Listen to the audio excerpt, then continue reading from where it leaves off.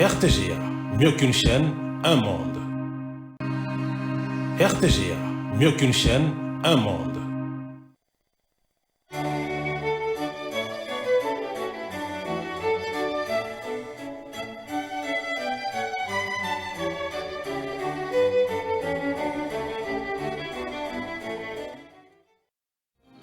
Ce journal vous est offert par Tango Protection. Illico Cash, ma banque mobile.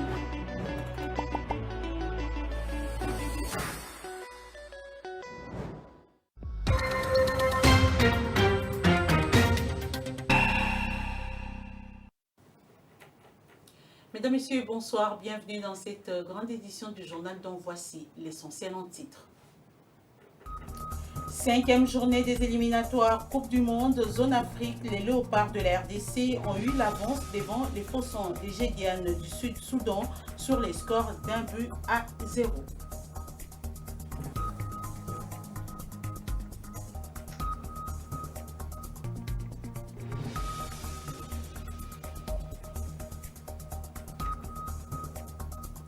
Netumbo Nandi Ndaitwah est entrée dans l'histoire ce vendredi en prêtant serment en tant que première femme présidente de la Namibie.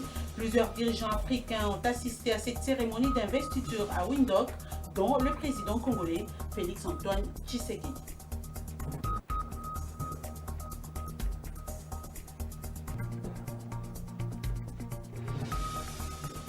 La journée internationale de l'élimination raciale est célébrée ce 21 mars. Les nations du monde sont appelées à redoubler d'efforts pour mettre fin à toute forme de discrimination. Une journée qui fait référence à la tuerie de 69 personnes lors d'une manifestation en Afrique du Sud contre la loi de l'apartheid. Voilà tout pour les titres. Merci d'avoir choisi la RTGA pour vous informer. Mission accomplie pour les Léopards de la République démocratique du Congo. Ils ont battu les Faussons des Gédianes du Sud-Soudan cet après-midi au stade des Martyrs de la Pentecôte sur les scores d'1-0 dans un match de la 5e journée des éliminatoires de la Coupe du Monde Zone Afrique. Les hommes de Sébastien Desabre comptent désormais 10 points et occupent la 2e place du classement derrière les Soudans avec égalité de points. La RDC jouera le mardi prochain contre la Mauritanie. Les Lions de la Teranga du Sénégal en découdront avec les Crocodiles du Nil du Soudan ce samedi. Je l'ai dit au sommaire, le chef de l'État, Félix-Antoine Tshisekedi, a pris part ce vendredi 21 mars à Windhoek, capitale de la Namibie, à la cérémonie d'investiture de Netumbo Nandi Ndaitwah, la nouvelle présidente élue. Le président congolais s'était fait accompagner de plusieurs délégations composées de quelques officiels congolais, parmi lesquels l'ambassadeur de la RDC en Namibie et quelques Congolais vivant également en Namibie. Plusieurs chefs d'État africains, principalement ceux de la région d'Afrique australe, ont pris également part à cet événement qui coïncide avec la célébration du 35e anniversaire de l'indépendance de la Namibie. Âgée de 72 ans, Netumbo Nandi Ndaitwah est la nouvelle présidente de la Namibie, symbole de résistance. Netumbo a occupé plusieurs fonctions ministérielles. Fille d'un pasteur, Netumbo est conservatrice et s'oppose au sujet des sociétés comme l'avortement et les relations des homosexuels qu'elle considère comme illégales dans son pays. Les portraits de la nouvelle présidente de la Namibie est brossé ici par Suzuki Biraouma. Regardez. Namibia will witness the inauguration of the first female president on Friday. Âgée de 72 ans, fille d'un pasteur anglican, Netumbo Nandi Ndaitwah a des prises de position conservatrices sur des sujets de société comme l'avortement ou les droits des personnes LGBT, l'interruption volontaire des grossesses et les relations homosexuelles qui sont d'ailleurs illégales dans ce pays majoritaire chrétien qu'est la Namibie. Bien qu'en phase avec des larges pans de l'électorat, son conservatisme lui a valu quelques difficultés sur le plan international, mais au cœur de son programme se trouvait d'abord la promesse de créer des emplois et de lutter contre les taux de chômage qui avoisinaient les 20% chez les jeunes et les diplômés. en tant que candidate.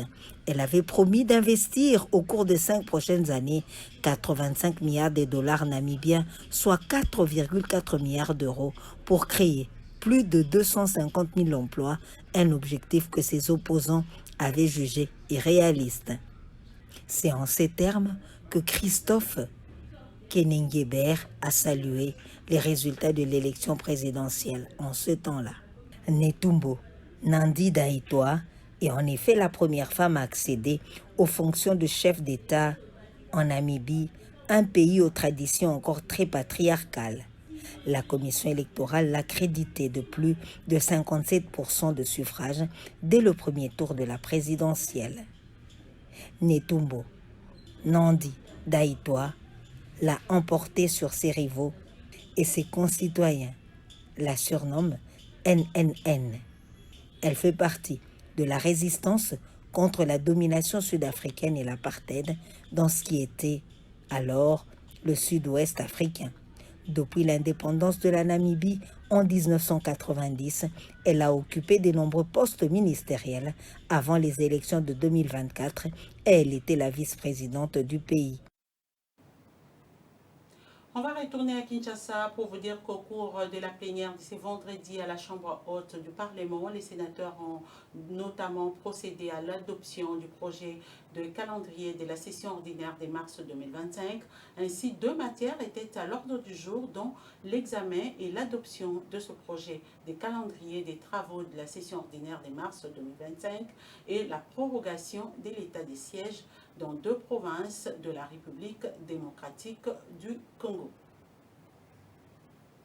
Initiative interconfessionnelle pour la paix et la réconciliation RDC, c'est l'intitulé du projet censé ramener la paix en République démocratique du Congo qui a été présenté jeudi 20 mars à Kinshasa à l'opinion tant internationale que nationale par les chefs des confessions religieuses. Cette démarche pilotée par la CIME a pour objectif de contribuer au retour de la paix et à la consolidation de la cohésion nationale à travers une dynamique interne. L'archevêque Ejiba Mampia, président de la plateforme des chefs des confessions religieuses, a appelé les Congolais à s'approprier de cette initiative qui, selon lui, présente une voie de sortie à la crise sécuritaire actuelle. Suivez. Il y a une nouvelle, ça veut dire la première peut avoir connu des déficits. C'est pourquoi nous avons mis cette initiative intitulée « Initiative interconfessionnelle pour la paix et la réconciliation ». Ce sont ces raisons qui font que la nôtre voit le temps, l'urgence et ce qu'il faut faire pour apporter la paix en République démocratique du Congo. Concrètement, c'est sensibiliser la population à la culture de la paix. En les faits, c'est aussi parler aux acteurs dans tous les secteurs, secteur politique, secteur social, pour montrer l'importance que nous devons la cohésion nationale. Nous n'avons qu'une seule patrie, un seul pays, et donc nous devons travailler pour sa survie. Et la paix, c'est l'ingrédient nécessaire pour un développement durable. Bon, nous ne parlons pas de ce que font les autres, nous parlons de ce que nous allons faire. Voilà ce qui nous intéresse pour l'instant. Il n'y a aucune rivalité, mais il peut y avoir complémentarité pourvu que le peuple congolais en soit gagnant. Voilà ce qui nous motive. Ce n'est pas une rivalité d'un camp contre l'autre, mais nous nous présentons une initiative inclusive, une initiative transparente, une initiative qui tient compte des facteurs temps dans ce que nous faisons. Nous disons que ceux qui peuvent être partie prenante à la paix, ceux qui peuvent contribuer à la paix seront consultés parce que nous avons besoin de la cohésion nationale pour vaincre la guerre et pour que notre peuple soit uni. Donc tous les Congolais seront consultés. Justement, puisque nous parlons de la situation sécuritaire à l'est du pays, la cité des Pinda, au cœur du territoire des Walikale, est devenue le théâtre d'une crise humanitaire et économique profonde due à l'occupation du M23 soutenue par le Rwanda. La population déjà vulnérable vit dans la peur et l'incertitude confrontée à des besoins humanitaires croissants. Les détails dans ce commentaire d'Elvis Ebama. La cité des Pinga, située dans le territoire des Walikale au nord Kivu, est plongée dans une crise humanitaire et économique sans précédent depuis l'occupation des Rusamambu par le rebelle du M23, soutenu par le Rwanda. Ces rapports mettent en lumière le défi auquel la population est confrontée ainsi que les implications économiques de cette situation alarmante. La vie quotidienne des habitants des Pinga est marquée par la peur et l'incertitude. Les conditions de vie déjà précaires se sont rapidement détériorées. La communauté fait face à des besoins humanitaires, notamment en matière de santé. Les établissements de santé, déjà affaiblis par des ruptures de stock de médicaments, rapportent une augmentation alarmante des maladies, y compris des cas suspects de Mpox. L'ONG Médecins sans frontières, Pays-Bas intervient dans la région en fournissant des médicaments, bien que les ruptures de stock soient fréquentes en raison d'absence d'atterrissage pour le ravitaillement. Face à cette situation désespérée, la communauté se trouve isolée, sans aide suffisante pour faire face aux défis sanitaires et humanitaires. L'occupation par le rebelle du M23 n'affecte pas seulement la vie des civils, mais elle représente également un coup dur pour l'économie locale et nationale. Walikale, riche en ressources comme des minerais d'or et d'étain, voit ses activités économiques paralysées. La situation actuelle de Walikale met en exergue le lien indissociable entre la sécurité, la santé et l'économie. Les défis humanitaires croissants exigeant une attention urgente. La communauté des Pinga espère un retour rapide à la paix qui permettrait le rétablissement de l'approvisionnement en médicaments et la reprise des activités économiques. La crise humanitaire et économique à Walikale nécessite une réponse immédiate et coordonnée des organisations humanitaires, des gouvernements et de la communauté internationale. On reste dans les mêmes registres pour vous dire point sur la situation sanitaire dans la province du Sud Kivu fait par la division provinciale de la santé du Sud Kivu. Celle-ci indique que plus ou moins 800 cas de choléra ont été recensés, 9 personnes décédées depuis le début de l'année jusqu'à ces jours dans la province du Sud Kivu.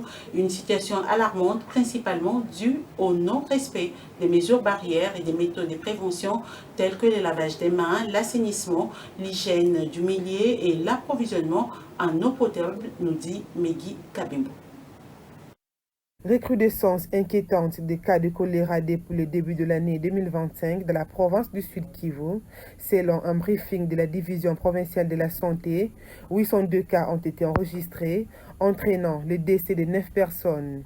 Le non-respect des mesures barrières et des méthodes de prévention telles que le lavage des mains, l'assainissement, l'hygiène du milieu et l'approvisionnement en eau potable, y compris les déplacements massifs des populations de plusieurs localités qui entraînent également le mauvais état de conditions de vie de toutes ces personnes qui manquent des endroits appropriés pour y rester, serait à la base de cette situation. Pour rappel, c'est depuis le 10 mars dernier, cette zone de santé que signalait 204 cas, dont 4 décès avaient été signalés. Ruzizi est particulièrement touché avec 107 cas, suivi de Uvira et de Minova, rapporte le chargé de la communication de la division provinciale de la santé du Sud Kivu, le docteur Claude Baïrizé. Il est à noter que le choléra est considéré comme un problème de santé publique mondiale, avec plus d'1 million de cas enregistrés chaque année. En République démocratique du Congo, le traitement reste gratuit, soulignant l'engagement des autorités à lutter contre cette maladie. Reçu par les vice-premiers ministres, ministre de l'Intérieur, Jacquemain Chabani, le caucus des députés de Haut-Katanga ont passé en revue les problématiques majeures qui affectent leur province. Un échange qui s'inscrit dans le cadre des préparatifs de la mission en vue des patrons des territoriales dans la province du Haut-Katanga. Suzy Kibera Omari nous en parle. Une séance de travail présidée par le vice-premier ministre, ministre de l'Intérieur, Sécurité, Décentralisation et Affaires coutumières, Jacquemain Chabani-Louko. Ses hôtes, le caucus des députés nationaux du Haut-Katanga. Une mission qui s'inscrit dans le cadre des préparatifs de sa mission imminente dans la province du Haut-Katanga. Jacquemain Chabani-Louko a voulu cerner les problématiques majeures qui affectent cette partie de la République démocratique du Congo, en particulier sur le plan sécuritaire. Les députés ont dressé un état des lieux évoquant notamment la criminalité urbaine, l'insécurité en milieu rural, les conflits coutumiers ainsi que les tensions entre militants des partis politiques qui perturbent la quiétude des habitants. Nous sommes venus ici au ministère échanger avec le VPM sur la situation sécuritaire dans notre province. J'ai cité la province du Haut-Katanga. On a parlé aussi de tout ce qui est criminalité urbaine, des conflits coutumiers, parce que le vice-premier ministre voudrait initier une série de visites pendant son itinérance à travers les 6 territoires de la province du Haut-Katanga et dans les 3 villes, à savoir Lubumbashi, Likasi et Kasumbalesa. Et le vice-premier ministre a voulu associer les élus parce que c'est nous qui portons les cris d'alarme de la population pour avoir été élus. Nous représentons cette population qui souffre de l'insécurité, qui a besoin de la paix. Le vice-premier ministre a tenu à rassurer ses interlocuteurs sur les mesures en cours pour rétablir la sécurité dans la province. Il a également annoncé que le gouvernement travaille activement pour la réorganisation en ce qui concerne le pouvoir coutumier et a assuré la prise en charge des gardiens de terre à l'échelle nationale. Après l'échange entre les VPM de l'intérieur et les caucus des députés du Haut-Katanga, la journée internationale pour l'élimination raciale est célébrée ce 21 mars de chaque année. Cette année, elle fait référence à la tuerie de 69 personnes lors d'une manifestation en Afrique du Sud contre la loi de l'apartheid. Cet événement vise à mobiliser les nations à redoubler d'efforts pour éliminer toute forme de discrimination raciale. Encore une fois de plus, Suzy Kibira Omari.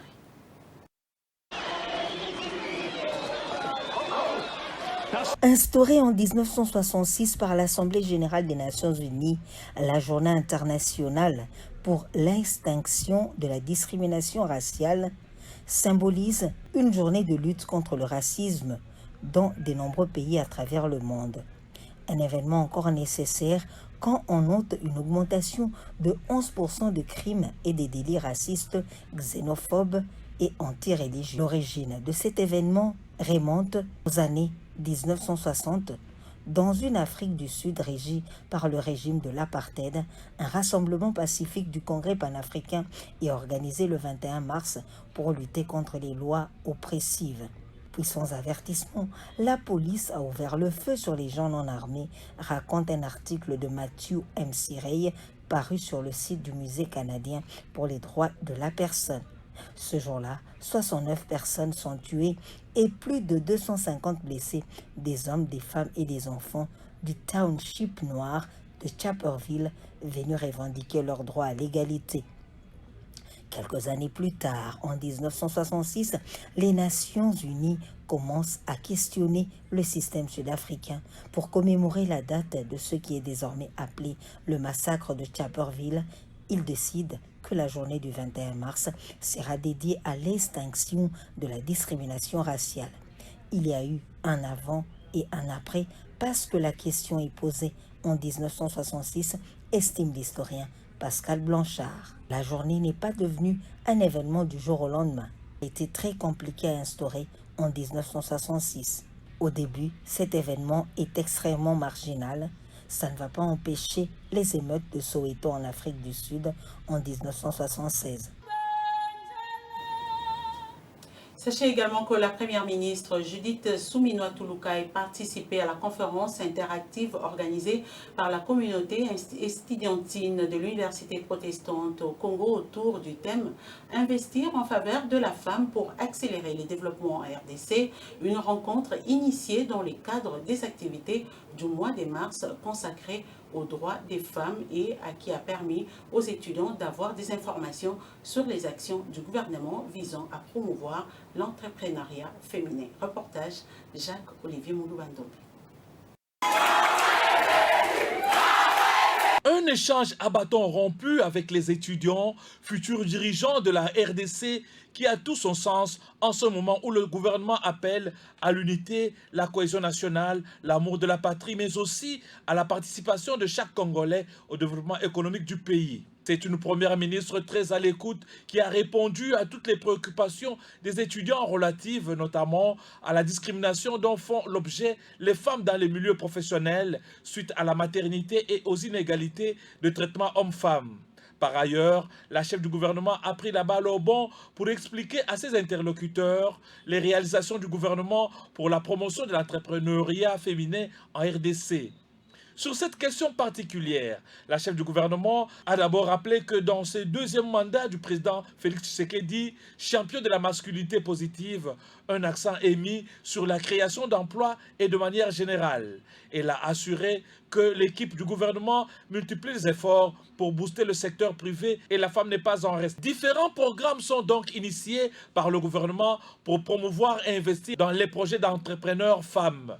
Outre le fonds de garantie de l'entrepreneuriat au Congo, FOGEC, structure initiée par le président de la République pour subventionner les jeunes entrepreneurs en général et les femmes entrepreneurs en particulier, le gouvernement a conclu différents partenariats qui portent déjà des fruits. Pour la première ministre qui fait de la diversification de l'économie son cheval de bataille, les jeunes devraient initier des projets dans le secteur agricole. Aux futures jeunes femmes entrepreneurs, la première ministre a appelé à plus de résilience et de combativité pour s'imposer dans le milieu professionnel au même titre que les hommes. Si on veut aller dans la création d'emplois, ce n'est pas le secteur public qui va pouvoir recruter au maximum, c'est dans l'entrepreneuriat, dans le secteur privé, que nous allons pouvoir créer le maximum d'emplois. Requinqués par ces riches interventions de la première ministre, chef du gouvernement, les étudiantes ont promis de poursuivre leurs rêves et de ne rien céder en chemin. C'est par le tour des stands où les étudiants ont exposé les œuvres artistiques, les bijoux et produits cosmétiques Made in RDC que la première ministre a bouclé sa journée à l'université protestante au Congo. Le conclave du génie scientifique congolais a permis à la République de détecter ses inventeurs et innovateurs. Gilbert Kabanda Kourenga, ministre de la Recherche scientifique et innovation technologique, a encouragé ce jour un jeune Congolais qui a inventé un procédé qui consiste à retraiter de manière économique des minéraux au profit de la RDC. Images et commentaires. La capitale congolaise retraite le minerai de cuivre à faible teneur de 0,5 à 1% de manière économique est une opportunité pour le Congo démocratique qui dispose d'importants stocks capables de supporter une production de plus ou moins 20 ans pour une capacité allant jusqu'à 100 000 tonnes par an.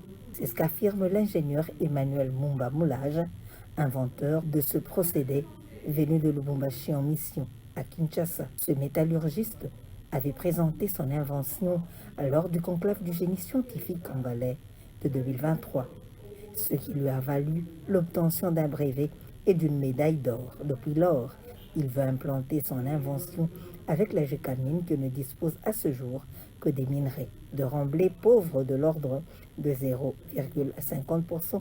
Depuis 2017, l'ingénieur Emmanuel Mumba Moulage a développé ce procédé dans l'extraction du cuivre qui a permis à la société minière du Katanga de retraiter les minerais pauvres de 5%. Nous avons inventé un réacteur qui permet une lixiviation des minéraux de 0,5 à 1% de manière économique.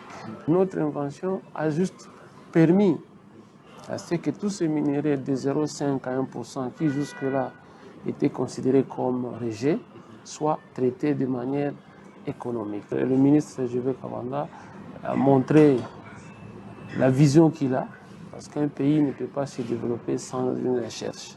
Une étoile du génie scientifique congolais, valorisée par le ministère de la Recherche scientifique et innovation technologique, l'ingénieur Emmanuel Mumba Moulage a également fait remarquer que produire 100 000 tonnes de cuivre avec du remblai sans valeur constitue une aubaine pour booster l'économie de la RDC. La journée internationale des forêts est célébrée le 21 mars sous les thèmes « Prendre soin des forêts pour nourrir l'humanité ». Le Fonds des Nations Unies pour l'alimentation et l'agriculture a mis l'accent ce jour sur le rôle crucial des forêts dans la sécurité alimentaire, la nutrition et le moyen des substances. Il est à noter que plus de 5 milliards de personnes dans le monde vivent grâce aux forêts. Suzy Kibira Omari revient encore. Prendre soin des forêts pour nourrir l'humanité, c'est sous ce thème qu'est célébrée en cette édition 2025 la Journée internationale des forêts. Le Fonds des Nations Unies pour l'alimentation et l'agriculture met l'accent sur le rôle crucial des forêts dans la sécurité alimentaire, la nutrition et les moyens des substances.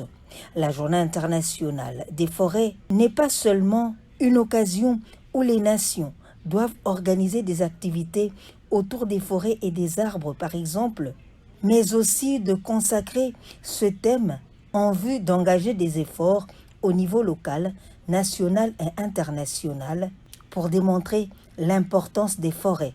Les forêts ne sont pas seulement source de nourriture, de combustible, de revenus et d'emplois.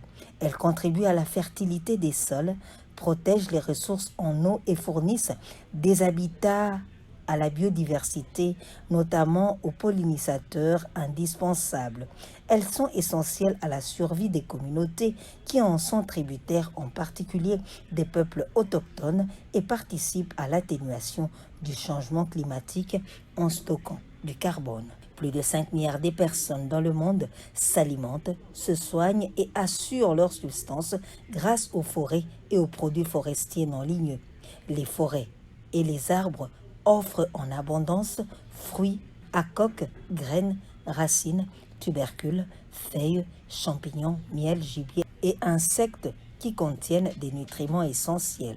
Les forêts jouent un rôle vital dans l'approvisionnement en eau dont sont tributaires les écosystèmes, la sécurité alimentaire et la nutrition. C'est en 2012 que l'Assemblée générale des Nations unies a proclamé le 21 mars Journée internationale des forêts. Les motards du Kasaï central sont désormais différents des autres. Après la remise des casques de protection, viennent encore le tour des imperméables pour se couvrir contre les pluies. La cérémonie de remise a eu lieu au bureau du rassemblement des taximens du Kasaï central situé dans la commune de Ndécha. Soleil Toumba signe ce reportage. Chose promise, chose réalisée dans le camp de taximens du Kasaï central. Après la distribution gratuite des casques de protection, vient ensuite le tour des imperméables pour lutter contre les intempéries des pluies. Une cérémonie riche en couleurs s'est déroulée ce mercredi 19 mars 2025 sous une pluie qui s'est abattue de 3 h du matin jusqu'aux après-midi. Donatien Bakumbana Beya, donateur, indique avoir les soucis de redorer l'image des taxis-motards jadis abandonnés. J'avais promis lors de la cérémonie de distribution des casques qu'il restait les imperméables pour doter les motards. Voilà, aujourd'hui, je viens de réaliser ma promesse. Ce qui me préoccupe pour moi, c'est la sécurité des motards. Les casques, c'est pour la sécurité des motards. Il y en a des motards qui quittent Kananga Mbujimaï, Kananga Luisa, Kananga Chikapa. En cours de route, nous sommes pendant la saison de pluie. Il faut les doter aussi les imperméables pour la pluie. Après la réception à l'agence ainsi que la remise de ces imperméables, une caravane spontanée a eu lieu sur toutes les artères de la ville de Kananga, comme pour dire merci et jurer fidélité à Donatien Bakumbane, leur président. Le meilleur joueur, numéro 9, Yemoko numéro 11. Atobo Esoki Tozana Bangoka, Ibale na province Awa. Magamonyo Sekotango, Donatien Bakumana, Umela. Euyo Soku Bibi Webawewa. Chenda Lufu, Tutumusumile Musenza, Wachanana. Il faut le dire, Donatien Bakumbana Beya est venu donner du sourire aux lèvres et une considération pas moindre aux taximens du Kasaï central. Et cette mise au point avant de se quitter, contrairement aux multiples messages distillés dans les réseaux sociaux par des personnes de mauvaise foi, la radio-télévision du groupe des Presses L'Avenir n'est pas fermée. Elle est opérationnelle aujourd'hui, elle le sera demain et elle n'a même pas l'intention de mettre la clé sous les paillasson. Pour ce faire, elle rassure ses nombreux téléspectateurs, auditeurs ainsi que ses partenaires qu'elle continuera à les servir avant autant avec plus de vivacité et de compétences comme elle fait depuis près de 30 ans. Voici à présent les rappels des titres de ce journal. 5e journée des éliminatoires Coupe du Monde, Zone Afrique. Les Léopards de la RDC ont eu l'avance devant les Faussons des Gédiades du Sud-Soudan sur les scores d'1-0.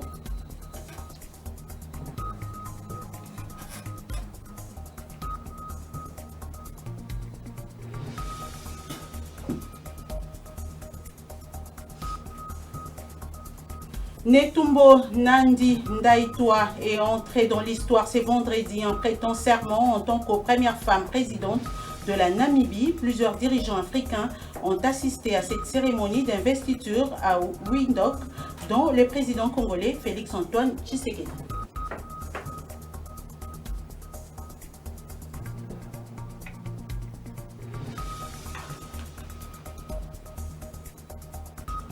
La journée internationale de l'élimination raciale est célébrée ce 21 mars. Les nations du monde sont appelées à redoubler d'efforts pour mettre fin à toute forme de discrimination.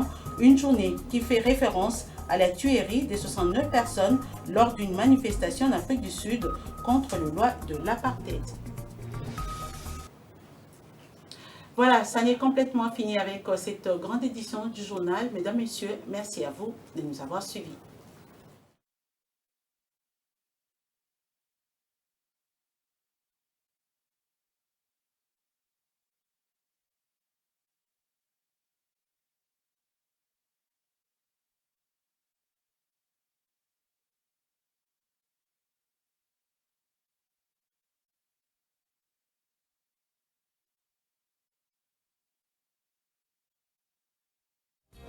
Ce journal vous a été offert par Tango Protection. Illico Cash, ma banque mobile.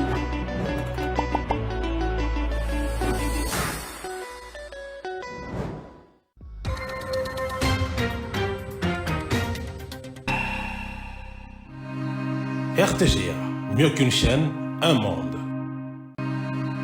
RTGA, mieux qu'une chaîne, un monde.